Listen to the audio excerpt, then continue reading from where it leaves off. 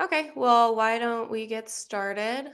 Good morning, everyone. I hope everybody's having a wonderful morning and preparing for the holiday season coming up, um, even though there's no snow, sadly. I'm going to share my screen here. All right, so you should be seeing Minnesota paid leave. Yeah, it looks great, Maddie. Great, awesome. Finally got it figured out. Okay, so today I'm going to talk to you a little bit about Minnesota paid family and medical leave, or is what it was formerly known as. They just changed the name recently to Minnesota paid leave. So I apologize if I interchange the name throughout this presentation, but they are one and the same, and it is now known as Minnesota paid leave. I was going to talk about this a little bit at the annual meeting, but there were so many questions around earn sick and safe time that I didn't get a chance to even cover this. So I figured I would cover it in the Township Tuesday and get you guys an opportunity to hear about it. So, Minnesota paid leave. All right, so just a little overview of Minnesota paid leave. As I stated, they changed the name recently. The Department of Employment and Economic Development, DEED, they changed the name to Minnesota paid leave just because they didn't want to focus too much on the family portion of it because it does cover more than just family leave. And it was just less confusing to refer it to paid leave. So the law will guarantee workers in the state the right to paid leave when they can't work due to serious health or caregiving needs. So, the paid family medical leave is an act related to the state government and is different from the Family Medical Leave Act, which is a federal um, law. And paid leave provides paid time off, allowing eligible employees to receive a portion of their regular salary while on leave for qualifying medical and family purposes. Family Medical Leave Act provides unpaid leave for eligible employees, so they would just be able to come back into their same position, but they wouldn't receive a portion of their salary. So this new law has amendments that authorizes income tax withholding, imposes taxes, it authorizes penalties, it classifies data, it authorizes rulemaking, and it appropriates money for the program overall. And authority to administer the benefits lies with the Commissioner of the Department of Employment and Economic Development. I'll refer to that as DEED throughout this presentation just because it's easier than that long convoluted name, but DEED also has rulemaking authority for the program under Minnesota Statute 268B.03 sub 3. So that's kind of an overview of it. First, I'll talk about the types of leave. So the first type of leave that a person can take is a serious health condition. So a physical or mental illness, injury, or substance use disorder that involves either inpatient care or continuing treatment or supervision by a healthcare provider. So the definition of continued treatment is slightly different from the federal act, which applies to a period of incapacity for 3 days. Oh, I have a question. Don't remember if this applies to elected officials and deputies. Yep. So this applies to anyone who is receiving. I'll get to which employees it applies to later on, but it does Okay. apply to any employees receiving a certain amount of money, a certain percentage of the average income. And so I'll get to that in a moment. But the types of leave that they can take is a physical or mental illness due to the serious health condition, physical or mental illness, injury, substance use disorder, and it's a period of incapacity for more than 7 days rather than 3 days required by the federal law. So you have to be out for 7 days before you can uh, cash in on this leave. So the next is bonding leave, which is time spent with a biological, adoptive, or foster child in conjunction with the child's birth, adoption, or placement. That must be taken within 12 months of the birth, adoption, or placement, unless the child is in the hospital for longer than the mother. And it may also be used for before the adoption or placement if for legal matters or travel to complete the adoption or placement or um, counseling sessions that are in line with the adoption or placement. And then family care leave is to care for a family member with a serious health condition or to care for a family member who's a military member. Family members include nuclear family, as you think of it, and any individual who has a relationship with the applicant that creates an expectation of reliance that the applicant care for them, even if they don't live together. So it is pretty loose in terms of the definition of family, where the federal act applies to only a spouse, child, or parent. So it's a little bit different there as well. Next is safety leave. This leave refers to. Does somebody have a question? Oh, sorry. Okay. So safety leave refers to leave revolving around domestic abuse, sexual assault, stalking of an employee or their family member. This leave allows an applicant to seek medical attention related to those issues, psychological injuries, physical injuries, disabilities caused by domestic abuse, things along those lines, or to seek relocation due to domestic abuse or violence or stalking. And then the last one is the qualifying exigency leave. Uh, Qualifying exigency refers to a military member's active duty service or notice of an impending call to duty in the United States Armed Forces, any of them. The reasons for leave may include the need to provide care for a military member's dependents or making financial or legal arrangements due to these military matters, attending counseling, military events, ceremonies, or planning a funeral around the death of a military member, things along those lines. All right. And then the length of leave is 12 weeks for an employee's personal serious health condition, and then another 12 weeks for bonding, family care, safety, or qualifying exigency. The total amount of leave that can be taken is 20 weeks per year. So it's not, you can't take full 12 on each of them. It's a maximum of 20. And then 480 of those hours can be intermittent leave. The rest must be consecutive. So 480 you can take sporadically, but the rest must be consecutive. All right, and then here's where we get into the definition of employee. So, under paid leave, employee means an individual who performs services of whatever nature for an employer and it doesn't include federal employees, independent contractors, people who are self-employed, although people who are self-employed can opt into this program. They aren't required to be covered by it. But and then seasonal employees, which can be confusing for us because we also have seasonal employees often, but seasonal employees under the Paid Family or Paid Leave Act is referring to people in hospitality or the restaurant industry mostly. So it doesn't cover our seasonal employees the way we think of it in townships. In order to be eligible to receive these benefits, however, the employee must uh, be unable to perform work due to the covered issues that we just discussed and earn at least 5.3% of the state's average annual wage, which was about 3,500-ish for 2023. So and it's rounded to the nearest hundred. So they must have at least earned 3,000-ish dollars in order to receive benefits from this paid family leave. Um, and they have to fulfill the certification requirements. So uh, each problem with each time you have to take leave, there is a certain certification that you have to fill out that has certain requirements. Each condition has a little bit different requirements of what those are. It can include medical facts or the date in which the condition began, those kinds of things. But each one has different requirements and they're quite lengthy, so I won't bore you and go into all that. But those are the three requirements in order to receive benefits under paid leave. And then benefit compensation. So benefits to the employee,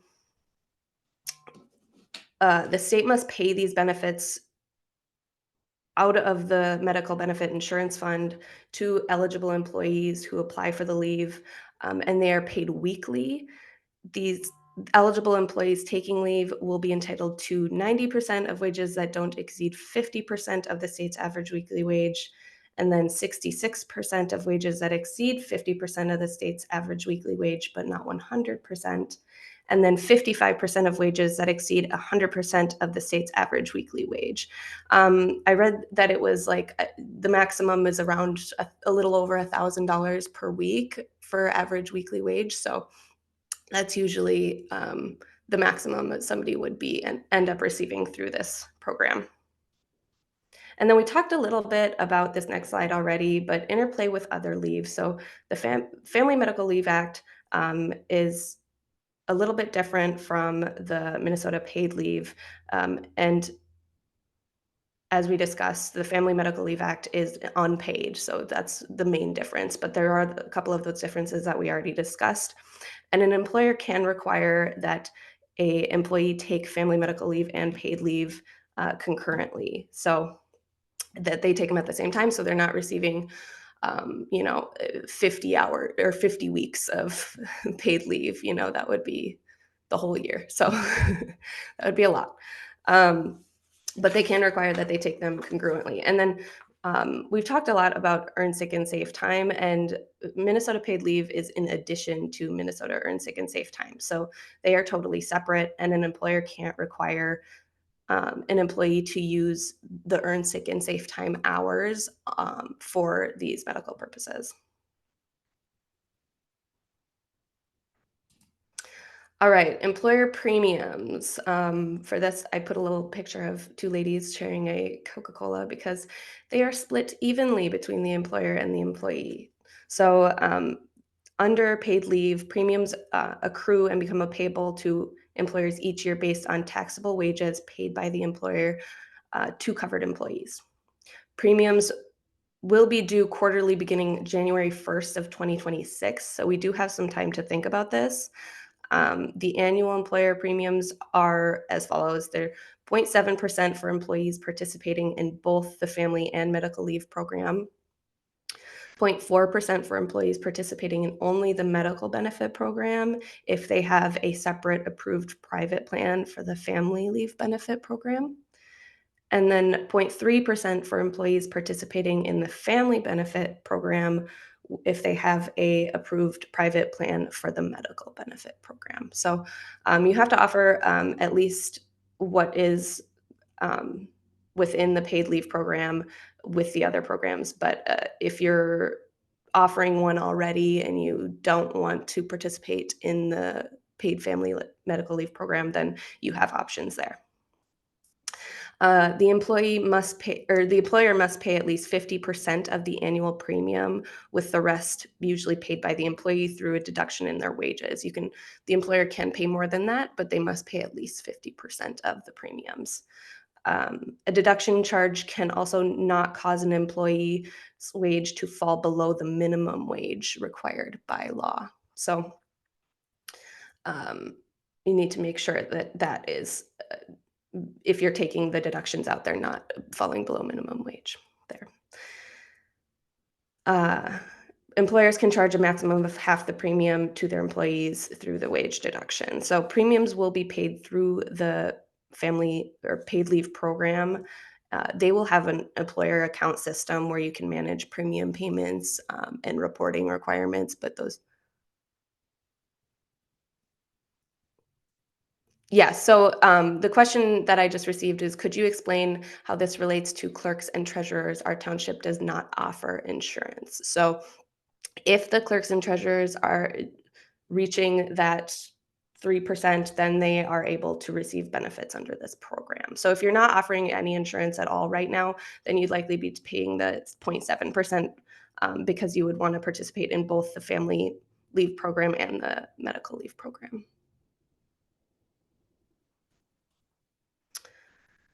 Okay, so yes, premiums will be paid through the family program, and they'll create an employer account system that is not up and running yet, but should be available before these premiums are due, which should be in a few years. So again, we have a few years to before we have to start worrying about this. There is a small business exemption. It's rather confusing on how you do the math with the small business exception, but there is a premium relief for employers with fewer than 30 employees. The amount of wages upon which quarterly employer premiums is required is reduced by the premium rate to be paid by the employer multiplied by the lesser of 12,500 multiplied by the number of employees or 120,000. And I know that's extremely confusing. I read it 10 times to try to figure out the math there, but there is a premium relief for employers with fewer than 30 employees, which will reduce premiums paid in the program, which is nice. And there's also a grant program for these employers, which will allow for temporary workers to replace any workers who are participating in this program and can't work due to that. So those are the two options available for small businesses. All right, notice. So employees must provide at least 30 days notice before taking the leave if the leave is foreseeable. If notice is not possible due to the lack of knowledge or the need for leave, then notice must be given as soon as practicable, as soon as possible. They can figure out when they need to take the leave. Employers can require that the employee comply with whatever customary notice or procedural requirements they already have in place, unless unusual circumstances dictate otherwise, unless they couldn't foresee um, this medical emergency or medical need to take the leave. Uh, Leave for a serious health condition may be taken intermittently, but employees requesting leave intermittently are required to provide a schedule of the needed days off as soon as practicable, and the leave cannot interfere or disrupt the operations with the employee.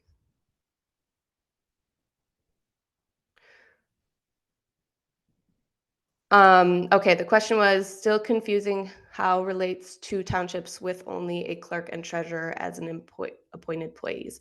So if those are the two employees, they will be paying into the premiums with the 0.35%, and the employer, the township, would be paying the other half likely. And then they can use those benefits once they receive the 5.3% of the annual wage. Does that make sense?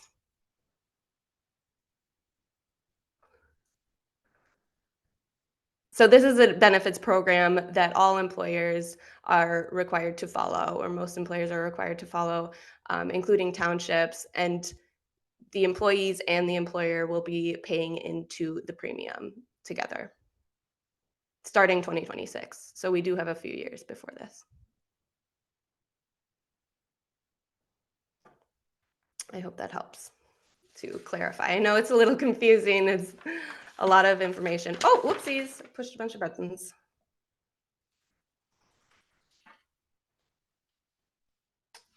Okay, we'll move on to notice to employees. Oh,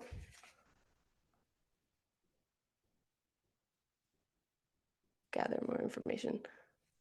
Elected clerk, there is no exception here for elected individuals.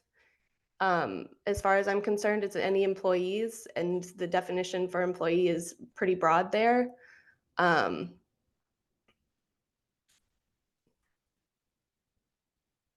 if we pay for insurance, medical, and dental, do we have to pay for this? So, as I stated earlier, there are you can if you're already providing medical or other benefits that meet at least these minimum requirements, then there are options to get your medical plan approved, and then have only pay the premiums on the family benefits or vice versa. So there are those other options if you already are providing insurance through those programs.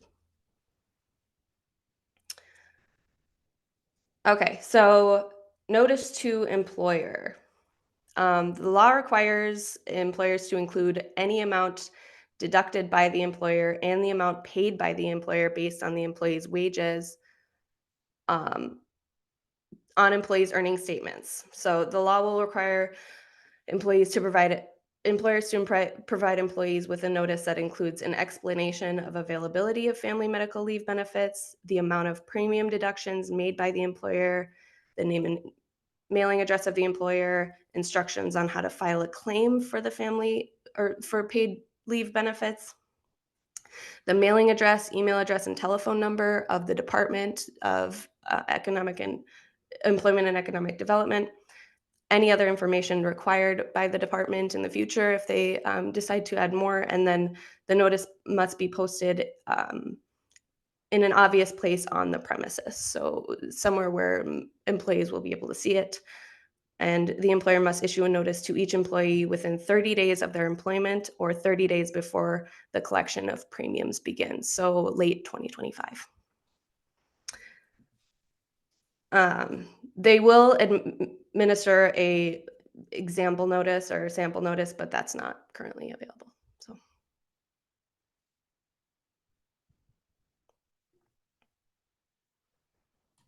the township doesn't need to purchase new insurance coverage. This is a requirement where you are paying premiums on this medical benefits program starting in 2026. So you don't need a private insurance plan separately unless you would like to have one approved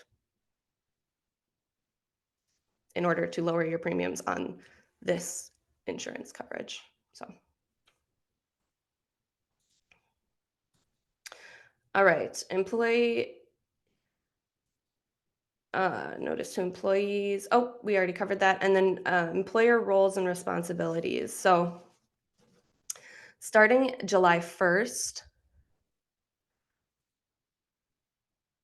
2024, most Minnesota employers will be required to submit a wage detail report to DEED, which will detail the quarterly wages received and hours worked for each employee. This must be electronic. There is a late fee of $10 per employee, but that can be waived if the report is given within 30 days of the demand. Also, there will be an administrative service fee of $25 for missing or erroneous information. And then starting late 2025, as we discussed, the employers must notify their employees of the program.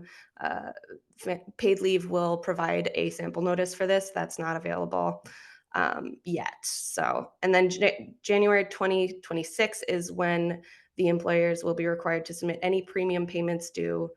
And those will be paid quarterly by electronic payment. So they must be electronic again. And don't forget those small businesses get the reduced payment. And then record keeping, DEED sets the rules and can conduct audits and investigation as needed. So employers must keep a record for at least 4 years starting in 2024, in July of 2024.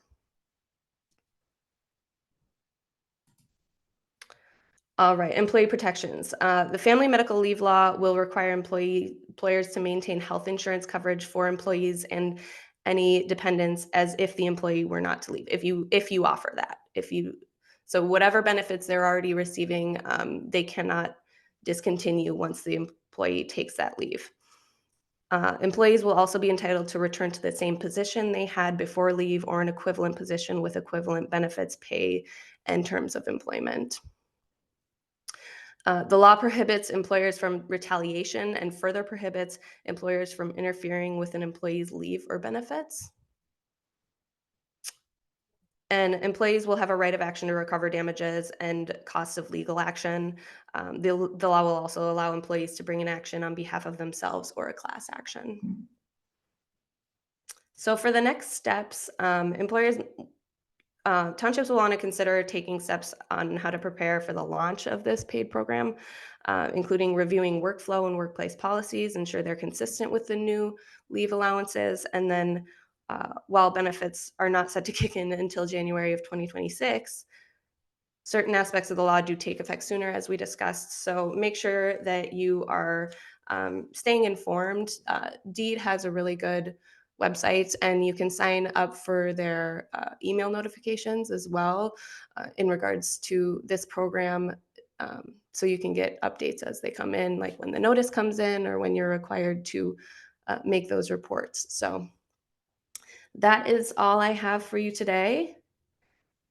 Does anybody have any other questions that weren't asked during the program? Paid to whom? I'm sorry, I missed that one. What were you referring to? You'll be paying the state, if the Department of Employment and Economic Development is if you're asking about premiums. Okay. All right. Well, thank you all so much for coming to Township Tuesday. Oh,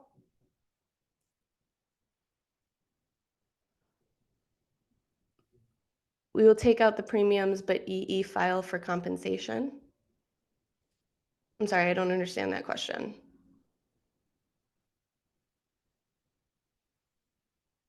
Take out the premiums, but EEs file for compensation. So employees and employers each pay half the premium unless you want to pay the employers want to pay the whole premium, but the employees will be the one to receive the benefits if they have to take leave. But they are required to meet that 5.3% minimum and then also be sick and have those requirements or have to leave for family purposes.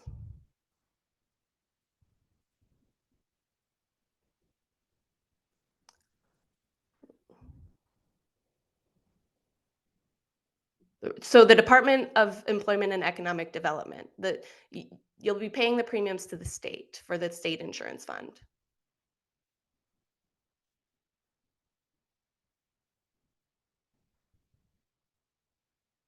And the Department of Employment and Economic Development will be the ones running the program. This is the department running the program. So thanks, Graham. Yeah, the PowerPoint will be on the MAT website.